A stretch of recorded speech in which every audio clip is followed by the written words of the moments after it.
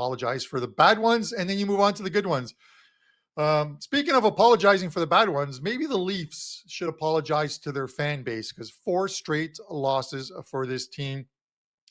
Nashville, LA Kings, the Boston Bruins, and the Buffalo Sabres. They played such a good game against the Bruins, I thought, before losing in a shootout. And that's just a coin flip of a game. But they came back from down 2 against the Bruins, played well in that game, could have won it. And then they return home and lay an absolute dud against the Sabres team, who the night before were pounded by the Philadelphia Flyers. And they catch them on a second of a back-to-back. I don't think the Sabres were looking ahead on Friday night to that game against the Leafs on Saturday. I think the Leafs just played another bad one. They just do not seem in sync right now. I watched the game, and I'm just looking at, and I'm watching it with a bunch of friends who are all Leaf fans, and all they're doing is looking at Sheldon Keefe and behind the bench, who's dumbfounded. A good team, Andrew, does not, when you score a goal, does not allow another goal with, or doesn't allow the other team to score within 30 seconds of you scoring a goal. That first shift after you score a goal is so important. And we saw with the LA Kings in their last game, they score a goal against the Philadelphia Flyers. The very next shift, 12 seconds later, they score a second one. That's the shift after you score is the most important one. It's like in tennis, when you get a break, your next serve is the important one. You confirm that break. The Leafs haven't done that, and Novembers are usually fantastic months. Last 2 years, the Leafs have been absolutely unbeatable in November, and they kicked it off with an absolute dud against the Sabres, and now they get Tampa Bay coming to town, who they came back to beat last time out. It's minus 150. While I don't want to take the Leafs, just when you throw in such a dud, you expect the team to come back. Maybe this is this is one of those things where you stick your hand on the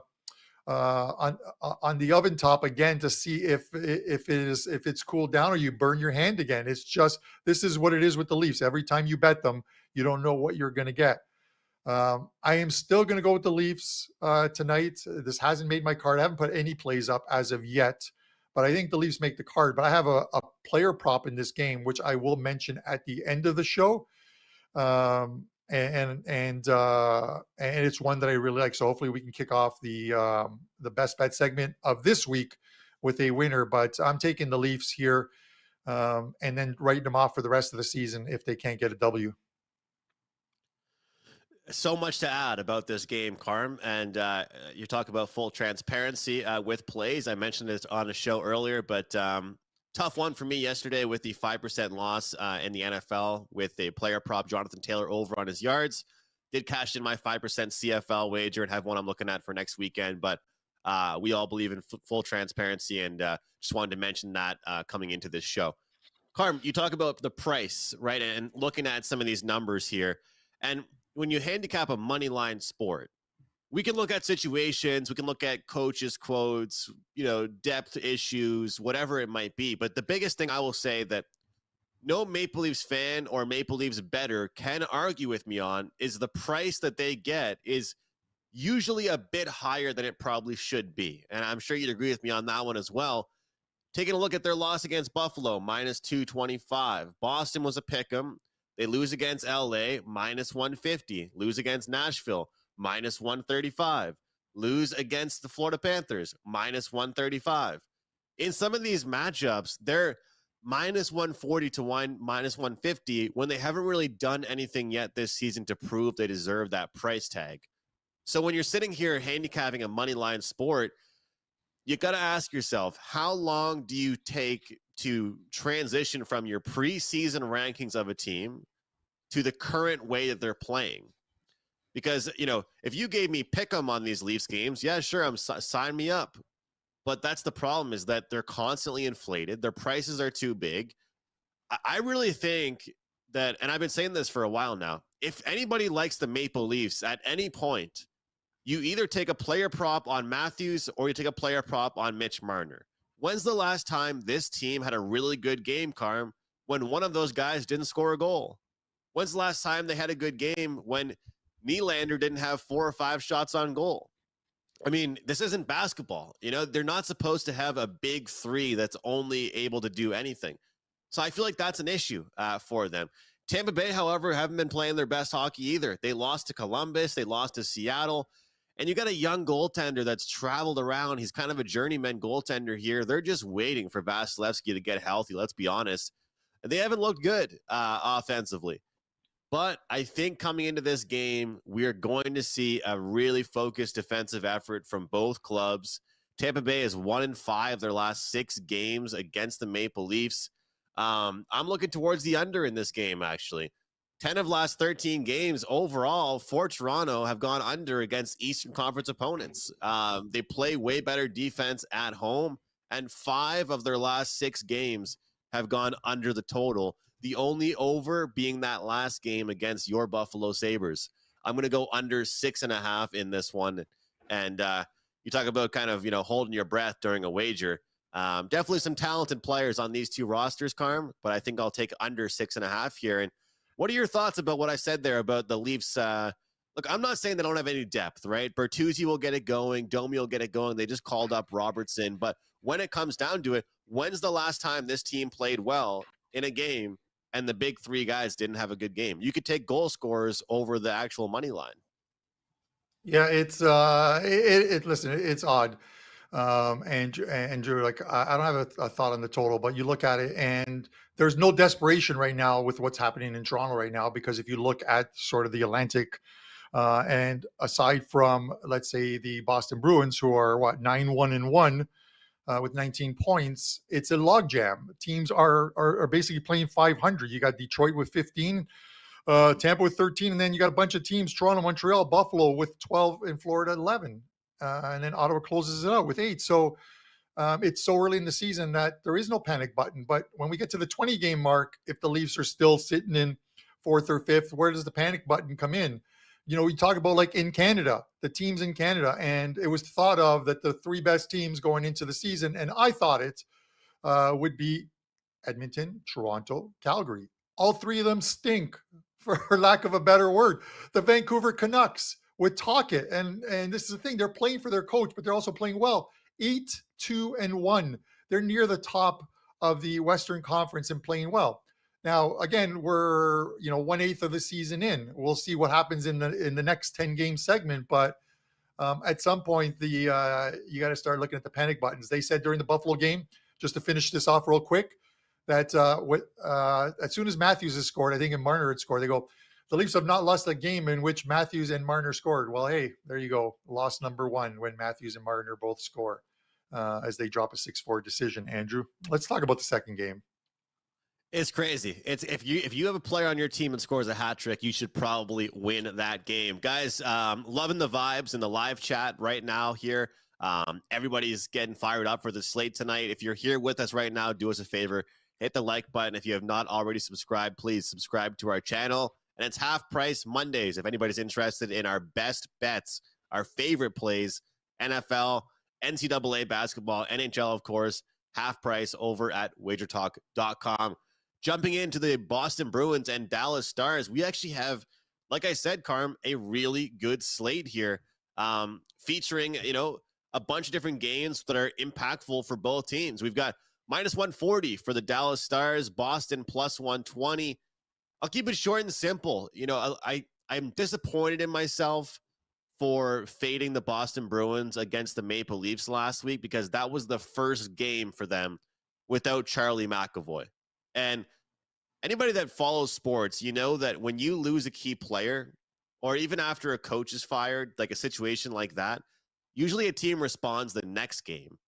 But then you saw what happened 2 games after that, and they lost to the Detroit Red Wings, giving up 5 goals. And now they have to face a Dallas Stars team, had a pretty good start to their year. They have a lot of depth and multiple guys that can score for them. And they're going to, I think, apply a ton of pressure with all 3 lines and cause hell for the Boston Bruins blue line. I like the over 3.5 team total in this one, Carm. Current price right now at DraftKings, +140. It's because Boston's defense is notably good. I mean, their goaltending has been strong. But this is the thing. With NFL going on right now, college basketball starting, college football still kicking around, the odds makers aren't adjusting big time with these team totals like they are with the money line and the regular totals. The fact is, if Dallas wins this game, I believe they score 4 goals. They're minus 140 in this spot. No Matt Grzelcyk, no Charlie McAvoy, and you're facing a very deep Dallas team. It's had a pretty tough schedule, I think, to start their year.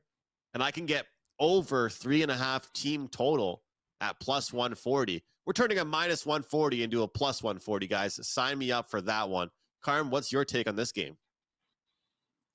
Yeah, at least my preseason take on the Stars was right.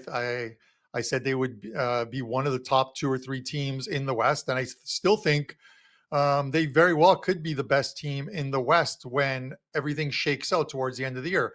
Their start has them third or fourth overall right now, but there's a lot of teams that I think are overperforming. They just play the same game, the Stars, day in and day out. Even in their 2-0 loss to Vancouver, they played the same type of game that they did against the Flames and the Oilers in winning those ones. Listen, they lose 2-0, but this Vancouver team is playing very good. Demko is playing very good. I don't think you look at that loss and think it's a bad loss. It is, it was the end. It's the end of the road trip. They head home. It was only a short 3-game road trip, so that doesn't really concern me from that point of view. And they get the Bruins team, as you said, who allowed 5 in their last game to the Wings, a 5-4 loss. And that one thing I like to do is when a team has put together such a good run and loses a game, it is not the only angle I look for, but I look for them to suffer another loss. It is always so hard to keep a winning streak going, but once it ends, it's tough to get it going again. And maybe that happens tonight. Listen, if the Stars return home and they play the game they've played all season long, and is Ottinger in goal tonight, which I suspect it would be, he's shown up as expected. Nothing has been confirmed as far as the goalies that I've seen thus far. It's the Stars for me, and you're getting the right price, minus 140. It's never going to be any higher than this because of the fact that they are playing.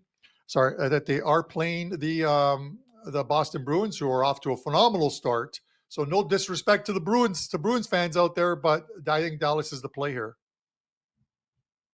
I'm right there with you. And we got some guys right now in our chat. I know a lot of you guys aren't obviously watching live, but people are asking us, Carm, can this Bruins team lose 2 games in a row? And I think that, to your point, sometimes all it takes is for you to lose a rough one, and then it kind of snowpiles, as you say, in a couple rough performances. So it's not like they're playing a bad team either. This is a really good Dallas Stars team. And overall, the Bruins have been tested a lot more so far this year against the West than they have been against the East. So certainly looking forward to a good game tonight, and hopefully the Dallas Stars can come out on top for us.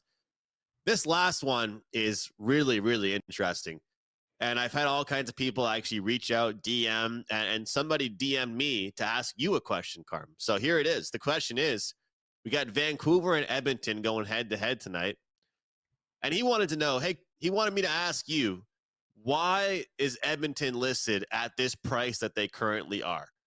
Looking at this preseason rankings is certainly a factor, but based on what we've seen through the regular season, you've been handicapping a long time, Carm. How long does it take for the odds makers to change how they feel about a team? Because these odds, to me, for how Edmonton's played so far versus how Vancouver's played so far this year, little bit confusing. It's a pick. Now, Edmonton's coming off a loss against Nashville where they give up a ton of goals.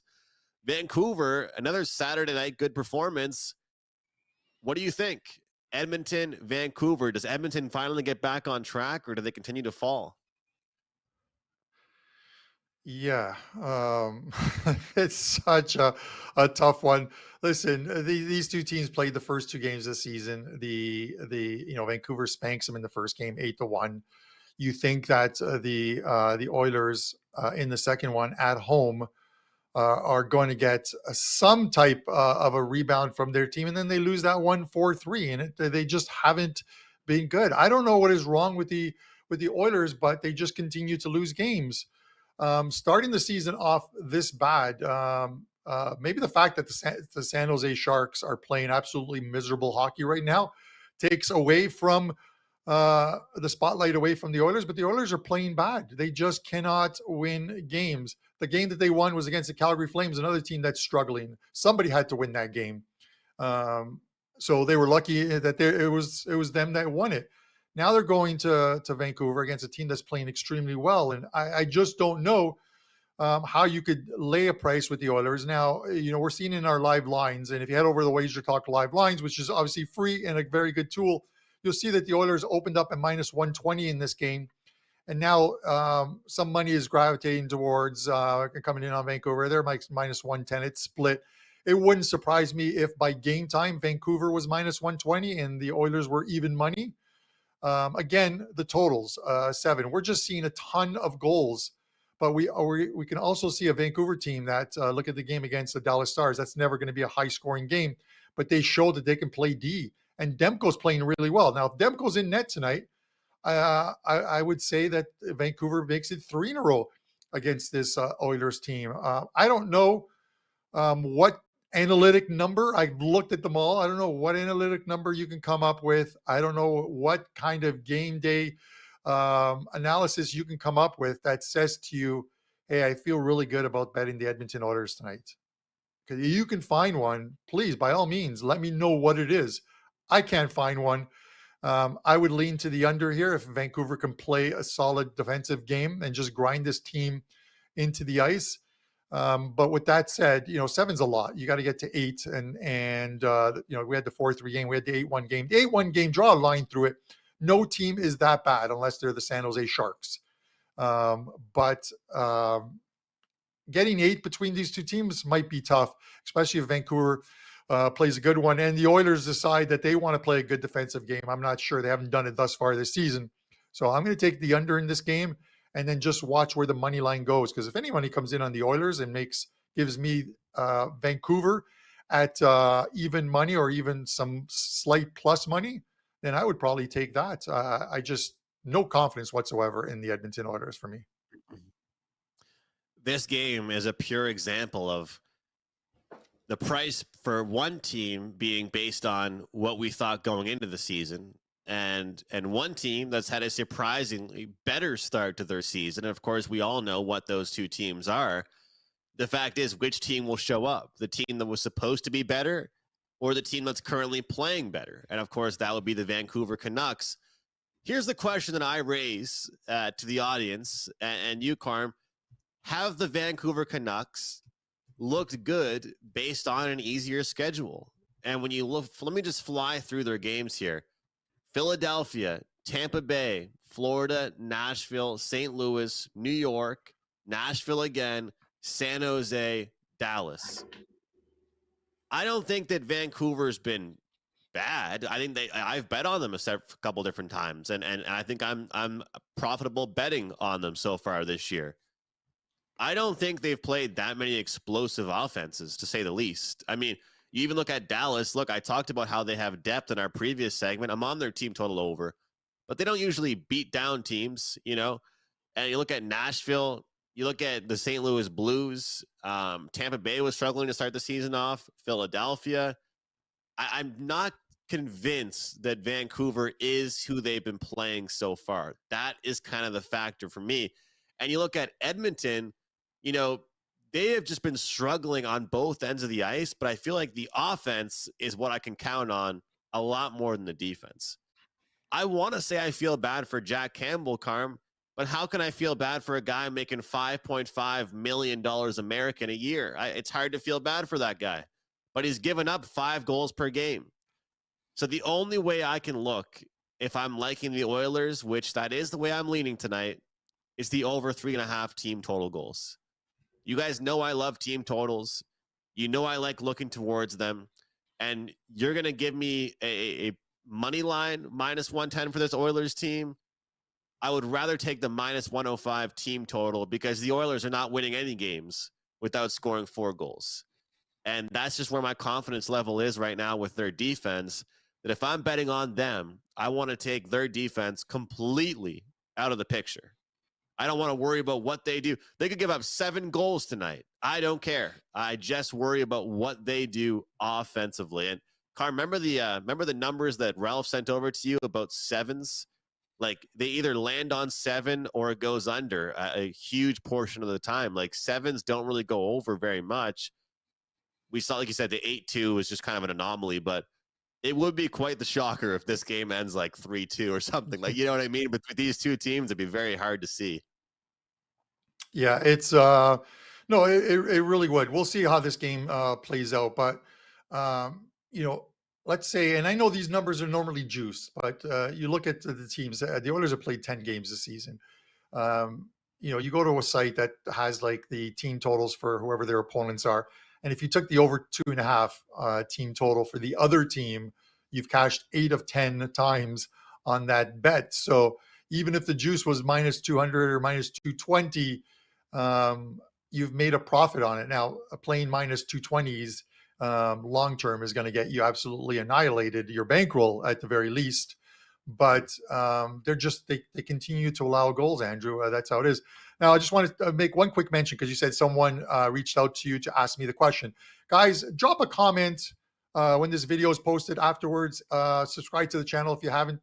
Drop a comment. Tell us what you agree and disagree with. And if one comment I want you guys to drop is, if you ever have questions for me on Twitter, but you can't reach me on Twitter through DM, just drop your Twitter handle or your X handle, whatever it is, in the live chat, in the chat, in the comment section. I will add you on Twitter. You can send me questions all time you want.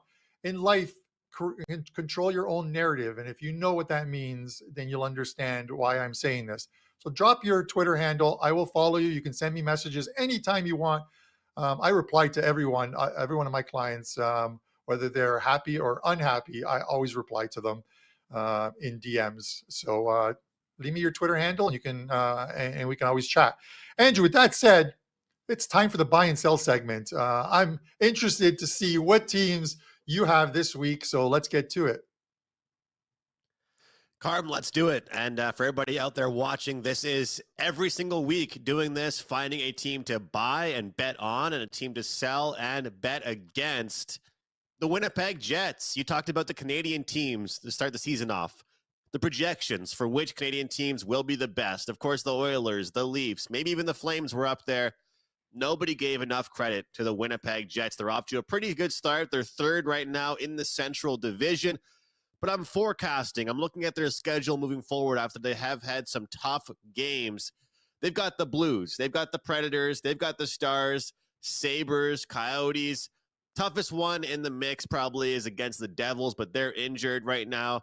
I think this is a really good 5 to 6 game span coming up for this Winnipeg Jets team. They're playing strong defensive hockey. They've got 4 lines working very well. They've stayed healthy, and we all know one of the best parts about that team is their great goaltending. So I am buying on the Winnipeg Jets. They're certainly a team that I want my money on right now. And I'm telling you, they are the best Canadian team right now, Carm, whether people like it or not. They might not play exciting hockey, but they take care of business, especially at home. I am buying the Winnipeg Jets.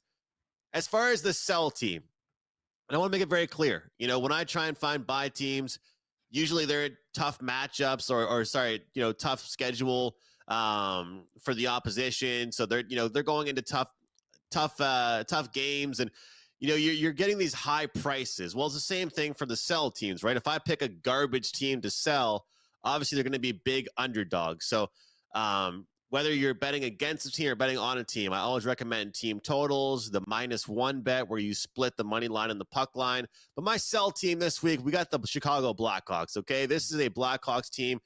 They had a players-only meeting yesterday.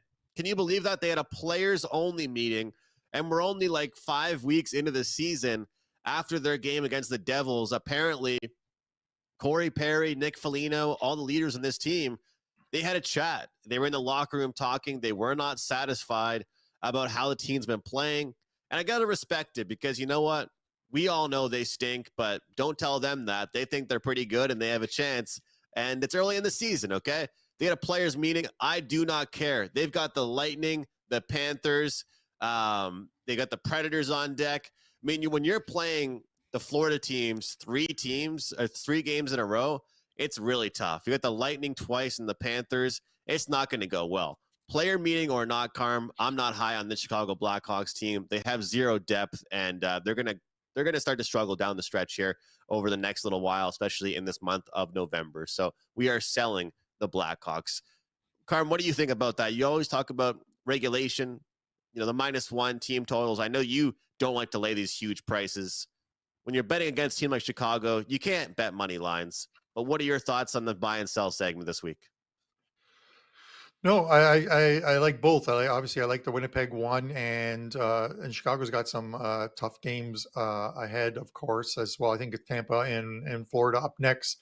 Florida's got some injuries, so always proceed with caution with a team that has like injuries like Florida does. Just a quick reminder: Sam Bennett, their center, is out. Uh, More troubling is their defense: Brandon Montour and Aaron Ekblad. These are guys who normally get a ton of time on the power play, a lot of shots on the top two lines, and they're both injured right now. So just stay away from them. They play Chicago next. I think that's a revenge game for Florida, so that's probably a good spot. I like them both, Andrew. Hopefully, this time next week we'll be talking about how you went 7-0 in the games played, but between your buy and sell teams. And I'll be putting my money where my mouth is. I'll definitely be betting on and betting against the Blackhawks. So looking forward to a good schedule this week. I've been forecasting, as you've talked about, that you do, and I think we can make some money this week in the NHL. Half price Mondays, Carm. Lots of sports going on today. What do you have for us, and what's your best bet? Yeah, so all my plays will be up shortly. I've gotten written down. I just hadn't gotten to them to get them in. So there'll be a couple of NHL plays and some player props in tonight's NFL, and maybe a soccer player too. I might just include them all in one package, and you can get that for half price off.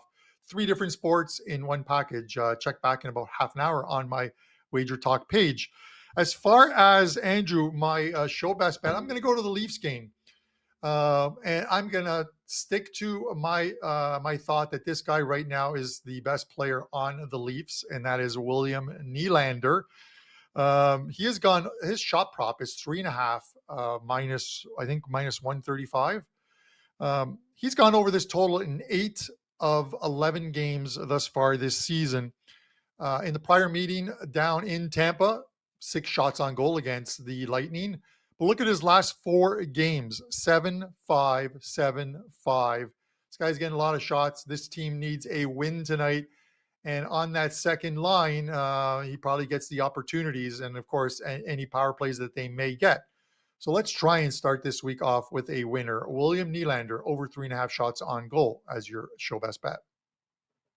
He's been great for them. He's been their most consistent player. I let that play quite a bit there, Carm. Best of luck. And again, you can find Carm over at wagertalk.com. Get his plays today for half price. I've got 1 NFL best bet going and 2 NHL plays. So on the ice, I'm ready for a big night. 1 prop play, but I'm going to keep looking at the prop board because I do think there are some betting opportunities here.